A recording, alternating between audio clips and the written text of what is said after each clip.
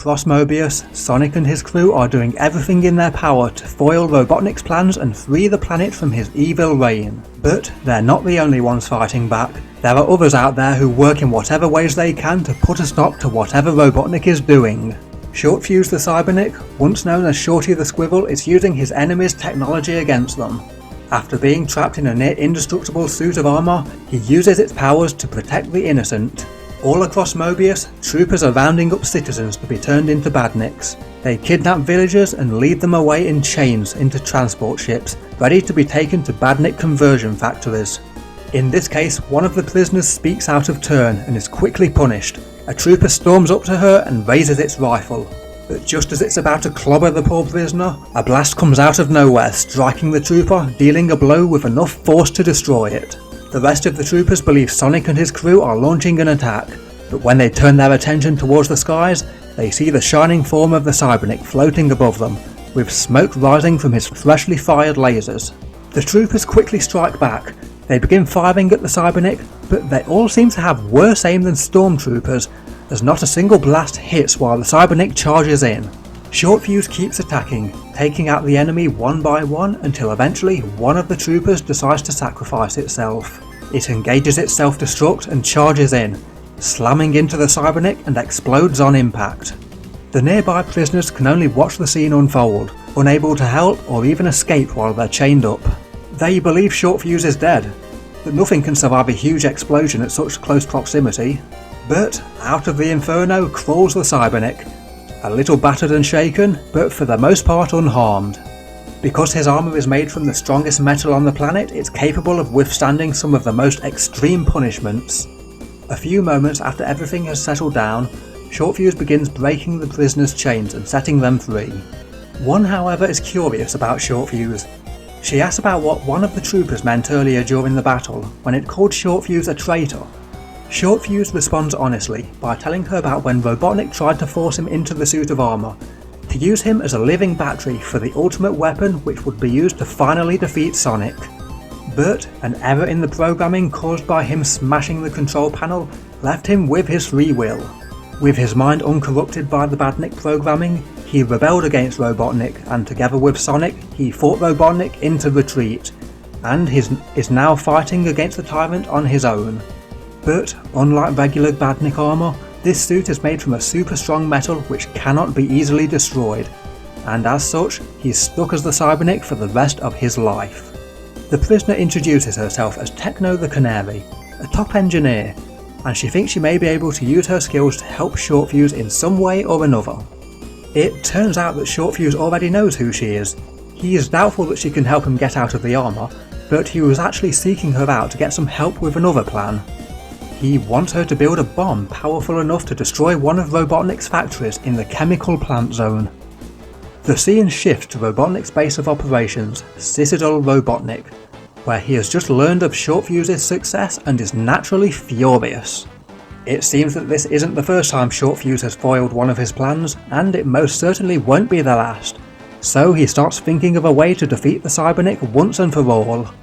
And by think of a way I mean he orders Grimer to think of a way for him, which suggests that Robotnik may not be the real brain behind a lot of his plans.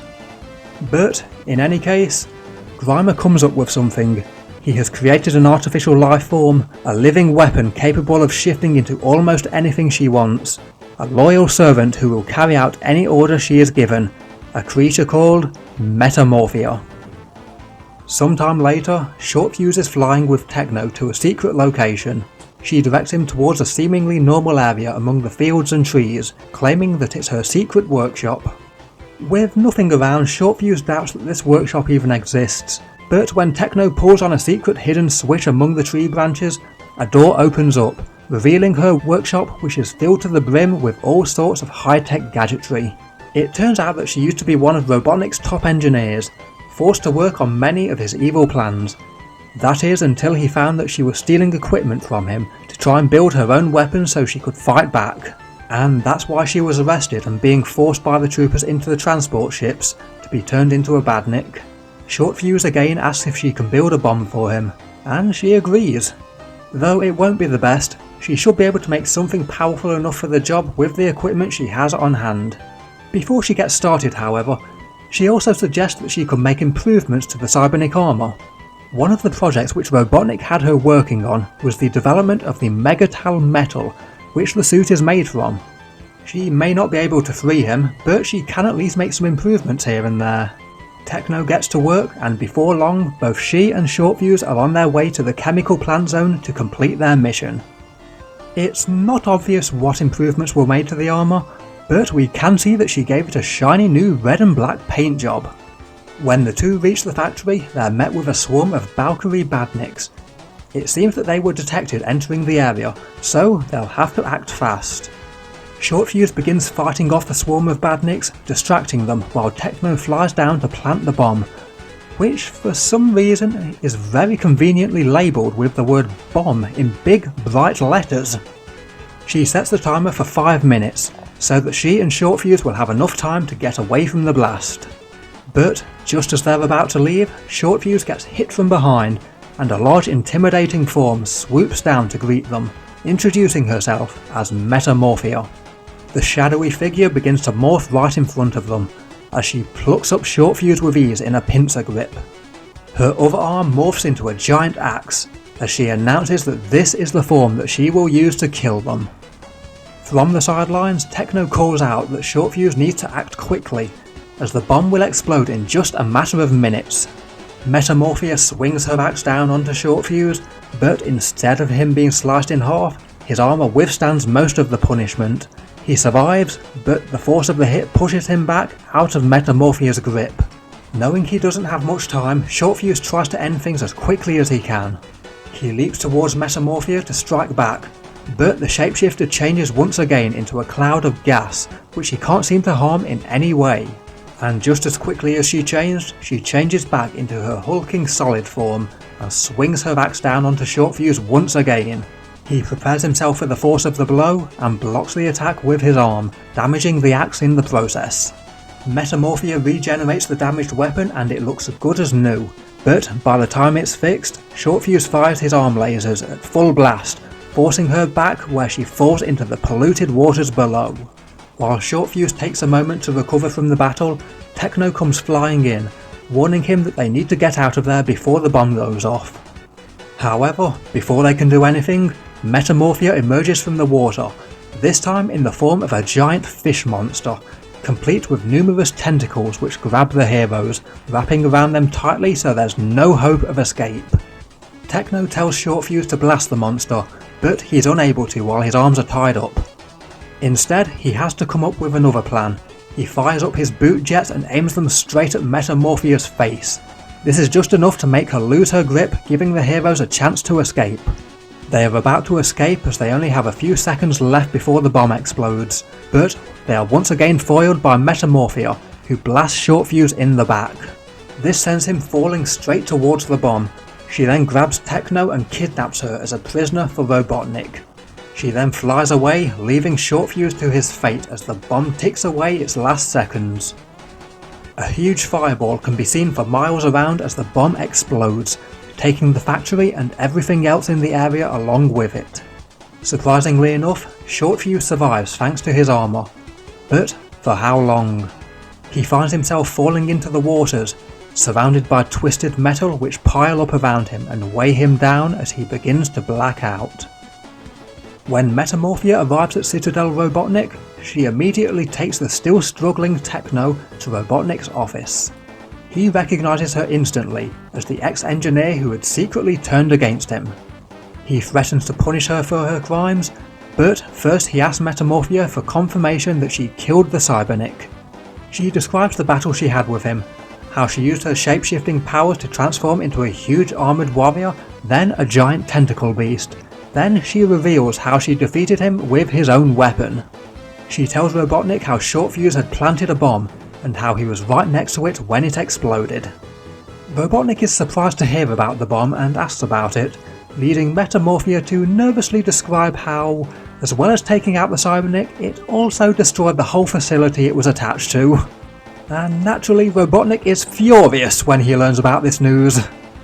Though back at the chemical plant zone, Shortfuse is laying deep underwater, unable to move due to tons of scrap metal weighing him down. and what's worse, the suit's oxygen supply is quickly running out. He needs to think of a way to free himself, and quickly. He is unable to use his blasters, but he gets the idea to fire his boot jets against the ground, which will dig a small trench just deep enough for him to get free. He fires his jets, and soon enough he is free and begins making his way back to the surface. He feels responsible for what happened to Techno.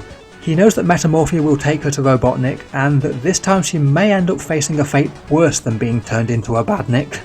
So he zooms off to rescue her, and because he's sure that Robotnik thinks he is dead, he will have the element of surprise on his side. Back at Citadel Robotnik, Metamorpho is facing a punishment of her own. Because she allowed the factory to be destroyed, she is to have her shape-shifting powers removed. He orders Grimer to proceed, and a green light fills the tube which Metamorpho is imprisoned inside, and a moment later, her powers are gone. But that's not the full extent of her punishment. Next, she is to be taken to a holding room, ready to be turned into a badnik, which Robotnik believed will serve him far better than she currently does. As she is being led out, a trooper comes running in, warning that the Citadel is under attack. They can't imagine who would dare march into the most dangerous place on Mobius and launch an attack. But, outside the window, Shortfuse can be seen speeding towards them, fighting off a swarm of badniks as he heads for the Citadel. He smashes through the Citadel wall with ease, right into the room where Robotnik is located. Robotnik orders his troopers to destroy Shortfuse, and they immediately begin firing. This time they actually manage to hit him. But, once again, his tough armoured body protects him from harm.